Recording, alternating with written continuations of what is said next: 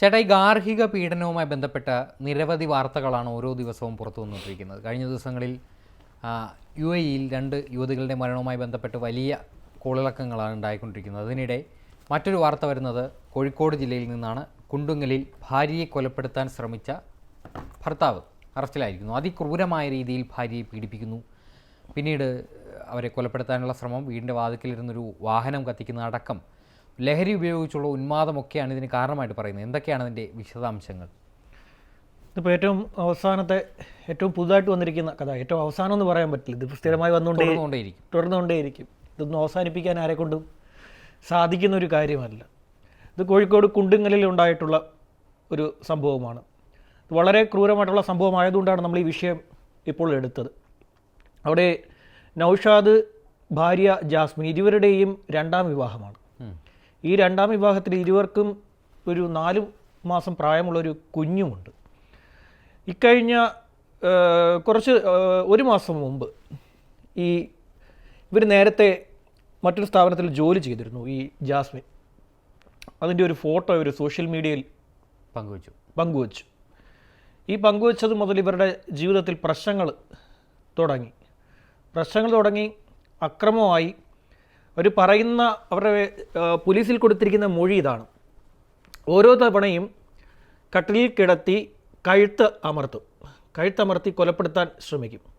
കിടന്ന് പിടയുമ്പോൾ വിടും, വീണ്ടും അമർത്തും, വീണ്ടും വിടും. ആ മരണോപ്രാളം കണ്ട് ആസ്വദിക്കുക. ഇതാണ് ഇയാൾ അന്ന് മുതൽ ചെയ്തുകൊണ്ടിരുന്ന ഒരു രീതി. കഴിഞ്ഞ ചൊവ്വാഴ്ച ഇത് സംബന്ധിച്ച് ഉള്ള പ്രശ്നങ്ങൾ അത് അറിയുന്നതിന് വേണ്ടി ഈ ജാസ്മിൻ്റെ മാതാവും പിതാവും കൂടി ഇയാളുടെ വീട്ടിൽ വന്നു. ആ വീട്ടിൽ വന്നപ്പോൾ ഇയാൾ അത് അറിഞ്ഞു, ഇതുപോലെ വന്നിരുന്നു എന്നുള്ളത്. ഇവർ പോയ ശേഷം ഇയാൾ ഈ ജാസ്മിനെ മർദ്ദിച്ചു. ഇവരുടെ നെറ്റിയിൽ കത്തി കൊണ്ട് വരഞ്ഞു, കഴുത്തിലും മുറിവേൽപ്പിച്ചു. പിന്നീട് മുഖത്തടിക്കുകയും ഇവരെ തൊഴിക്കുകയുമൊക്കെ ചെയ്തു. എന്നിട്ട് ഇയാൾ വീട് വിട്ടുപോയി. ഇയാൾ വൈകുന്നേരമായപ്പോൾ തിരികെ എത്തിയപ്പോൾ ഇയാൾ കൊണ്ടുവന്നത് പെട്രോളുമായിട്ടാണ് എത്തിയത്. ഈ സമയത്ത് മുറ്റത്തൊരു ഇരുചക്രവാഹനം ഇരിപ്പുണ്ടായിരുന്നു. അത് ഈ ജാസ്മിൻ്റെ സഹോദരിയുടേതാണ് ഈ ഇരുചക്രവാഹനം. ഇത് ഇയാൾ കത്തിച്ചു. അതായത് ഇയാൾ വൈകിട്ട് വന്ന് കതക് തുറക്കാൻ ആവശ്യപ്പെട്ടപ്പോൾ ഈ സ്ത്രീ കതക് തുറന്നില്ല. ഭയം മൂലം കതക് തുറന്നില്ല. കാര്യം ഒരു റൗണ്ട് മർദ്ദിച്ചിട്ട് പുറത്ത് പോയതാണ്.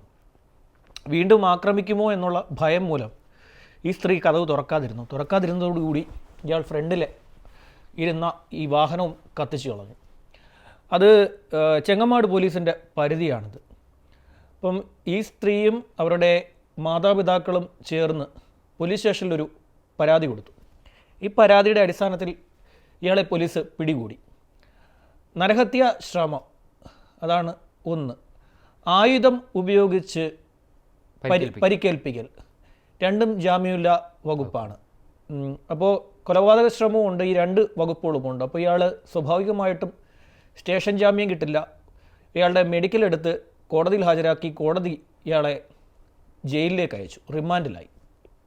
ജുഡീഷ്യൽ കസ്റ്റഡിയിൽ കോഴിക്കോട് ജില്ലാ ജയിലിലേക്ക് പോയിരിക്കുകയാണ്. ഇയാൾ നേരത്തെയും ഇത്തരം ശ്രമങ്ങൾ നടത്തിയിരുന്നു. സ്ഥിരമായി ഈ സ്ത്രീയെ ആക്രമിക്കുക, മർദ്ദിക്കുക, അതുപോലെ ഞാൻ നേരത്തെ പറഞ്ഞ പോലെ ഈ കഴുത്ത് ഞെക്കി പിടിക്കുമ്പോൾ ഉണ്ടാകുന്ന മരണവെപ്രാളം അത് കണ്ട് ആസ്വദിച്ചുകൊണ്ടേ ഇരിക്കുക. ഇപ്പം ഞാൻ പറഞ്ഞല്ലോ, ഇത് അവസാനത്തെ കേസൊന്നുമല്ല. ഇഷ്ടംപോലെ കേസുകൾ ഇങ്ങനെ വന്നുകൊണ്ടേ ഇരിക്കും. ഇതിപ്പോൾ വന്നതിലെ ഏറ്റവും ക്രൂരമായിട്ടുള്ള സംഭവമാണ്. ഇത് വളരെ ജെന്യൂനായിട്ടുള്ള ഒരു കേസാണെന്നാണ് മനസ്സിലാക്കാൻ സാധിച്ചത്. സാധാരണ ഗാർഹിക പീഡനം എന്നൊക്കെ പറഞ്ഞ് ചില പരാതികൾ ചെല്ലുന്നത് ഭർത്താവും ഭാര്യയും തമ്മിൽ എന്തെങ്കിലുമൊക്കെ ചെറിയ പ്രശ്നങ്ങളുണ്ടാകുമ്പോൾ ആരുടെയെങ്കിലൊക്കെ ബന്ധുക്കളുടെ നിർബന്ധം മൂലം ഇവർ ഗാർഹിക പീഡന പരാതിയുമായി പോകാറുണ്ട്. അങ്ങനെ പോകുമ്പോൾ പോലീസ് അതിൻ്റെ നിജസ്ഥിതി മനസ്സിലാക്കുന്ന പോലീസ് ഉദ്യോഗസ്ഥർ ഇനി ഇത് ചെയ്യാൻ പാടില്ല എന്നൊക്കെ പറഞ്ഞ് അവിടെ എഴുതി വെപ്പിച്ച് സൈൻ ചെയ്യിച്ച് പറഞ്ഞു വിടും. ഇതങ്ങനെയല്ല. ഇത് വളരെ സീരിയസ് ആയിട്ടുള്ളൊരു ക്രൈമാണ് ഇയാൾ ചെയ്തു വെച്ചിരിക്കുന്നത്. നമ്മൾ പന്തീരങ്കാവിലെ സംഭവമൊക്കെ അറിയാമല്ലോ. രാഹുലും നീമയും അവർ ഇതുപോലെ തന്നെ ആ സ്ത്രീക്ക് മർദ്ദനമേറ്റു എന്നും പറഞ്ഞ് ഒരു വലിയ പരാതി വരുന്നു. പോലീസ്, പന്തീരങ്കാവ് പോലീസ് കാര്യമായി ഇടപെട്ടില്ല എന്ന് വരുന്നു. പോലീസിൽ അതിൻ്റെ പേരിൽ ഉദ്യോഗസ്ഥർക്ക് നേരെ നടപടി ഉണ്ടാകുന്നു. അതിനുശേഷം ഇയാൾ ഈ കർശനമായിട്ടുള്ള നടപടികൾ, അതായത് വധശ്രമം അടക്കം എടുത്തുകൊണ്ട് പോലീസ് നടപടി സ്വീകരിച്ചപ്പോൾ ഇയാൾ രാഹുൽ ജർമ്മനിക്ക് പോക്കളഞ്ഞു. ജർമ്മനിയിൽ ഇരുന്നതുകൊണ്ട് ഇരിക്കവേ ഈ നീമ എന്ന് പറയുന്ന യുവതിക്ക് ഒരു യൂട്യൂബ് ചാനലുണ്ട്. അപ്പോൾ അവരെന്ത് ചെയ്യുന്നു വെച്ച് കഴിഞ്ഞാൽ ആ ചാനലിൽ കൂടെ പറഞ്ഞു, എനിക്ക് ഭർത്താവിനോട് പരാതിയൊന്നുമില്ല, ഞാൻ ടോയ്ലറ്റിൽ വീണ് പരിക്കേറ്റതാണ്, അതുപോലെ എൻ്റെ ഭർത്താവ് എന്നെ മർദ്ദിച്ചിട്ടില്ല, വീട്ടുകാർക്ക് എൻ്റെ ഭർത്താവിനോട് വിരോധമുണ്ടായിരുന്നു, അതുകൊണ്ടാണ് ഞാൻ ഈ കേസ് കൊടുത്തത്. ഇത് കണ്ട ഇയാൾ ജർമ്മനിയിലിരുന്നുകൊണ്ട് ഇവിടുത്തെ ഹൈക്കോടതിയിൽ ഒരു അപേക്ഷ കൊടുത്തു, ഒരു ഹർജി കൊടുത്തു. ഞാനും എൻ്റെ ഭാര്യയും തമ്മിൽ പ്രശ്നങ്ങളില്ലെന്നും ഒന്നിച്ച് ജീവിക്കാൻ അനുവദിക്കണം എന്നുമായിരുന്നു ഇയാൾ കൊടുത്ത ഹർജി. അത് പരിഗണിച്ചത് ജസ്റ്റിസ് ബദറുദ്ദീൻ്റെ ബെഞ്ചായിരുന്നു. അപ്പോൾ അദ്ദേഹം എന്ത് ചെയ്തെന്ന് വെച്ച് കഴിഞ്ഞാൽ ഒരു കൗൺസിലറെ കോടതി അങ്ങ് നിയോഗിച്ചു. 2 പേർക്കും കൂടി സംസാരിക്കാം, 2 പേർക്കും കൗൺസിലിംഗ് നൽകാം.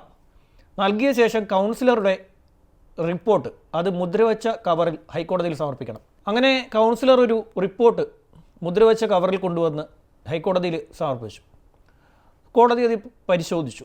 അപ്പം ഇരുവർക്കും ഒരുമിച്ച് ജീവിക്കാനുള്ള അവസരം കോടതി അനുവദിച്ചു കൊടുത്തു. അനുഭാവപൂർവ്വം പരിഗണിക്കുന്നു എന്നാണ് അന്ന് ഹൈക്കോടതി പറഞ്ഞത്.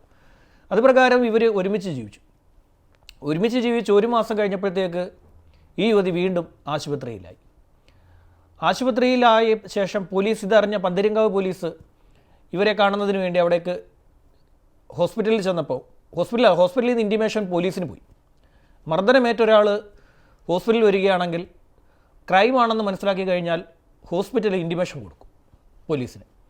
പോലീസ് സ്ഥലത്തെത്തി കാര്യങ്ങൾ ചോദിച്ചപ്പോൾ മീൻ കറിക്ക് പുളിയില്ല എന്ന് പറഞ്ഞിട്ട് ഇവരെ മർദ്ദിച്ചു എന്നാണ് ഇവരുടെ പരാതി. മർദ്ദനം വീട്ടിലുമുണ്ടായിരുന്നു, ആംബുലൻസിൽ കൊണ്ടുവരുമ്പോഴും ഉണ്ടായിരുന്നു എന്നാണ് പറഞ്ഞത്. അങ്ങനെ പോലീസ് എന്ത് ചെയ്തെന്ന് വെച്ച് കഴിഞ്ഞാൽ ഈ സംഭവത്തിൽ പോലീസ് ഇയാൾക്കെതിരെ കേസെടുക്കുകയും എന്നാൽ പോലീസൊന്നും പരാതി ഇല്ലെന്ന് പറഞ്ഞു. പിന്നീട് പരാതി ഉണ്ടെന്നും പറഞ്ഞു. ഒടുവിൽ പോലീസ് കേസെടുത്തു. ആ കേസുമായി ബന്ധപ്പെട്ട് ബാക്കിയുള്ള നടപടികളാണ് ഇപ്പോൾ പുരോഗമിച്ചുകൊണ്ടിരിക്കുന്ന കാര്യം എന്ന് വെച്ച് കഴിഞ്ഞാൽ പഴയ ആൾക്കെതിരെ എടുത്ത കേസുകളെല്ലാം തന്നെ ഹൈക്കോടതി റദ്ദാക്കിയതാണ്. വീണ്ടും പരിഗണിക്കാൻ പറ്റുമോ എന്നാണ് നോക്കുന്നത്. അതുപോലെ തന്നെ ഇപ്പം നമ്മൾ പറഞ്ഞതിനകത്ത് വിഭജികയുടെ കേസ്, വിഭജികയുടെ ബോഡി കൊണ്ടുവന്ന് കേരളപുരം എന്ന സ്ഥലത്ത് അവരുടെ മാതൃ സഹോദരൻ്റെ വീട്ടിൽ അടക്കം ചെയ്തു. വൈഭവി എന്ന് പറയുന്ന കുഞ്ഞിനെ ദുബായിൽ തന്നെ അടക്കം ചെയ്തു. അത് അവിടെ തന്നെ അടക്കം ചെയ്യാൻ അതൊരു കുഞ്ഞിനുമായിട്ട് അവിടെ നിന്ന് വീണ്ടും കൊണ്ടുവന്നാൽ, അതായത് അവിടെ പോസ്റ്റ്മോർട്ടം നടത്തുകയും വീണ്ടും ഇവിടെ കൊണ്ടുവന്നാൽ ഇവിടെ വീണ്ടും പോസ്റ്റ്മോർട്ടം ചെയ്യേണ്ടി വരും. ഒരു കുഞ്ഞിൻ്റെ ബോഡി അങ്ങനെ ഇട്ട് കുത്തിക്കീറേണ്ട ആവശ്യമില്ലല്ലോ എന്ന് പരിഗണിച്ചുകൊണ്ട് അവിടെ അതിനെ അടക്കം ചെയ്തു.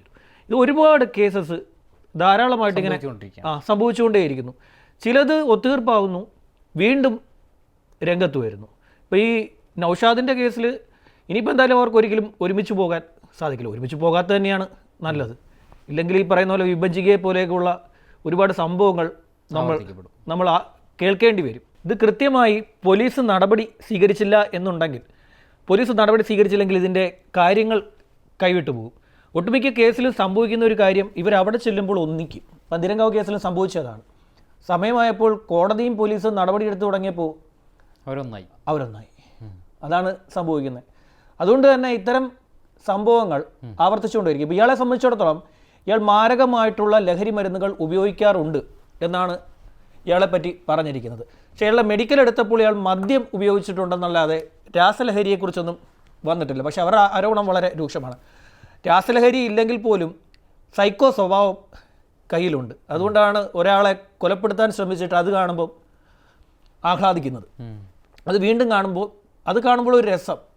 ഈ കാലിട്ടിങ്ങനെ പിടയുമല്ലോ, കഴുത്ത് ഞെരിക്കുമ്പോൾ ഉണ്ടാകുന്ന ഒരു രീതിയുണ്ടല്ലോ, കാല് കിടന്ന് പിടയും.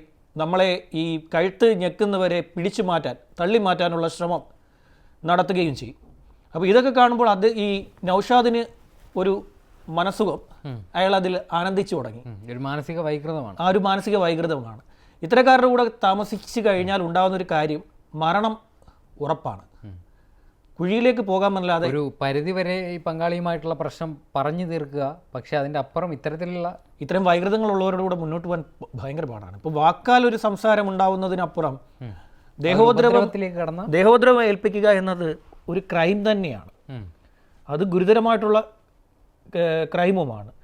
ഇയാൾ അവിടെ ഇവരെ അടിക്കുന്നതിന് വേണ്ടി പ്രത്യേകമായ വടി സജ്ജീകരിച്ചിരുന്നു എന്നാണ് പറയുന്നത്.